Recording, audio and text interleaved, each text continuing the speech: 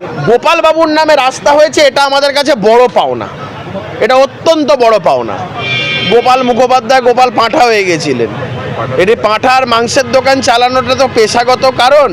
আমি আমাদের রাজ্যের জনদরদি মুখ্যমন্ত্রী মাননীয় শ্রী শুভেন্দু অধিকারী মহাশয়কে ধন্যবাদ জানাবো এবং এই ছবিটা আমি উপহার স্বরূপ তার জন্যই নিয়ে এসেছি। দীর্ঘ 34 বছর বামেদের একটা মোটিভেটেড ক্যাম্পেনের ফলে, তৃণমূলের 15 বছরের একটা মোটিভেটেড ক্যাম্পেনের ফলে গোপাল মুখোপাধ্যায় গোপাল পাঁঠা হয়ে গেছিলেন। এটি পাঁঠার মাংসের দোকান চালানোটা তো পেশাগত কারণ, কিন্তু গোপাল মুখোপাধ্যায়কে আমরা বাঙালি ভুলে গেছি। আমি আমাদের রাজ্যের জনদরদি মুখ্যমন্ত্রী মাননীয় শ্রী শুভেন্দু অধিকারী মহাশয়কে ধন্যবাদ জানাবো এবং এই ছবিটা আমি উপহার স্বরূপ তার জন্যই নিয়ে এসেছি। আমি ওনার হাতেই আজকে তুলে দেব।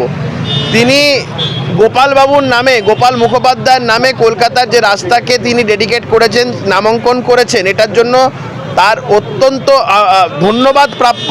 এবং গোটা রাজ্যের মানুষ, বিশেষ করে বাঙালি হিন্দু সম্প্রদায়ের যারা মানুষজনরা রয়েছেন, তারা শুভেন্দু অধিকারীকে দুহাত তুলে আশীর্বাদ জানাচ্ছে, গোটা রাজ্যের মানুষ।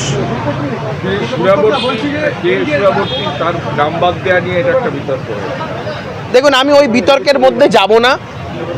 গোপাল বাবুর নামে রাস্তা হয়েছে, এটা আমাদের কাছে বড় পাওনা, এটা অত্যন্ত বড় পাওনা।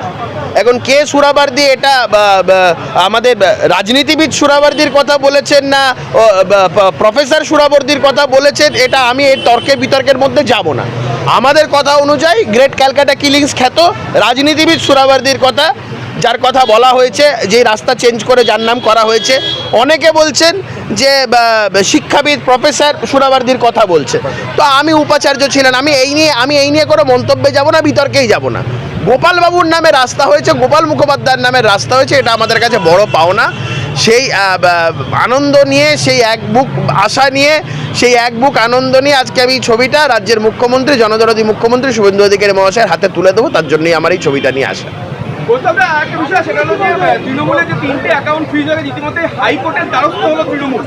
হ্যাঁ, হাইকোর্টের দ্বারস্থ হলো তৃণমূল, যাতে অ্যাকাউন্টে খোলা হয় এবং লেনদেন বন্ধ হয়ে গেছে। দেখুন, তারা দ্বারস্থ হতে পারে, কিন্তু দেখুন ওদের নিজেদের পারিবারিক গণ্ডগোল।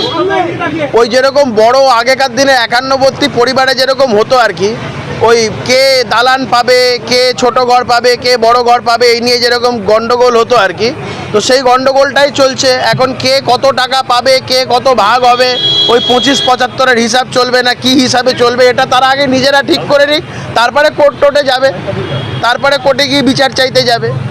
এ তো সব ভাগ বাটোয়ারার লড়াই। হ্যাঁ,